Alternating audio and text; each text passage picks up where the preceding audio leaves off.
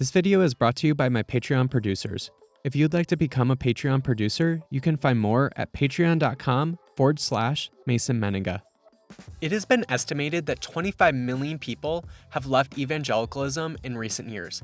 Yes, you heard that right, 25 million. That's like if the entire state of Texas just disappeared, or if half the members of Bethel Music suddenly died. Probably because of this guy. Like seriously, is there a law for how many people can be in a worship band? And also, this guy. There are many reasons for this, but most signs point to white evangelicalism's co-opting of the faith with conservative politics. Whether it be Franklin Graham's unthreaded boomer tweets supporting Donald Trump, or Jerry Falwell Jr.'s vocal support of Trump from the corner of the room, white evangelicalism has become married to conservative politics. As millions of people leave evangelicalism, many have gone through a process that has been popularly called deconstruction. While this process is not necessarily new, the recent surge of people leaving evangelicalism and going through this process called deconstruction is. Maybe you're someone who only recently grew out of your Virginity Rocks t-shirt, or you left Christianity back when Christians supported a different war criminal. Regardless of when you do it, there are good reasons to deconstruct your faith. I'm Mason Mennenga, and today I'll be talking about 3 reasons why you should deconstruct your faith.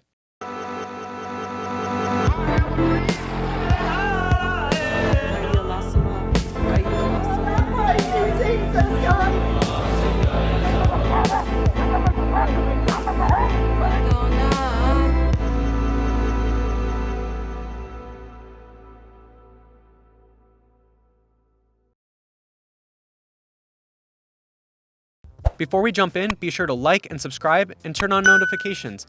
And also, let me know what you think about the video in the comments. Before diving into 3 reasons why you should deconstruct your faith, it's worth mentioning where the word deconstruction even comes from. And no, it was not a conspiracy created to destroy biblical Christianity, despite what the Gospel Coalition would like you to believe. The term deconstruction was actually coined by French softboy philosopher Jacques Derrida back in the 1960s and 70s, or as he would say it, deconstruction. While he intentionally meant for deconstruction not to have one clear meaning, it has to do with an approach to understanding the relationship between a text and its meaning. Based on this, it becomes pretty clear why Christians, tired of fundamentalist ways of reading the Bible, would adopt the term from the philosopher who you'd swipe right on Tinder. If we are to critically analyze the difference between a text and its meaning, much of the fundamentalist ways of reading the Bible break down. Fast forward several decades later, and while the word deconstruction means something a bit different for people leaving evangelicalism than what was meant by the guy who looks like he collects Phoebe Bridger vinyls,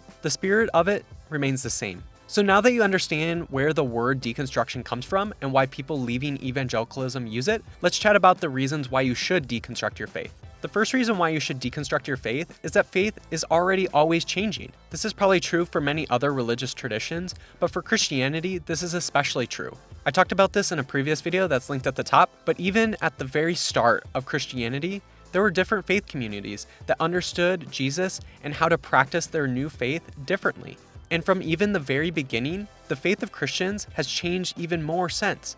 Now there are thousands upon thousands of different denominations, not to mention the millions and even probably billions of different ways Christians think about their faith today. Needless to say, Christianity has always been changing. So whether you deconstruct your faith and leave Christianity, or still remain a Christian, deconstructing your faith is central to being a person of faith. The second reason to deconstruct your faith is you deserve healing. For many of us who were raised in toxic evangelicalism, we have significant trauma because of the faith we were raised in. Whether it be from believing some people we loved were going to hell, or from the shame we experienced in purity culture, our faith growing up has deeply hurt us.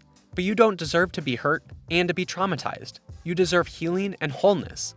And deconstructing your faith can be an important part of that healing process. Sometimes in order to heal from the trauma our faith has caused, it takes learning what the Bible actually says about hell, or that Jesus dying on the cross for your sins isn't the only way to think about his death. So deconstructing can be a part of the healing process, healing you so deserve.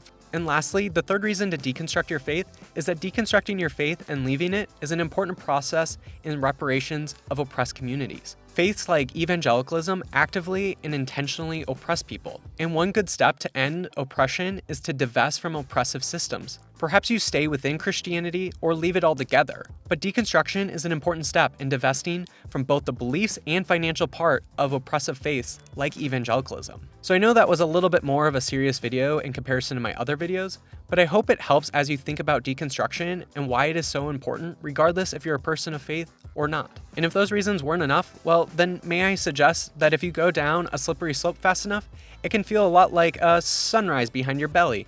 Okay, we don't need to go there. If you enjoyed this video, be sure to like and subscribe, and also tell me what you thought about it in the comments. If you'd like to support more of my work, check out my Patreon at patreon.com/Mason Mennenga. Also, check out my podcast, A People's Theology, wherever you listen to podcasts. Thanks for watching, and don't forget, to be in your body is to be in God.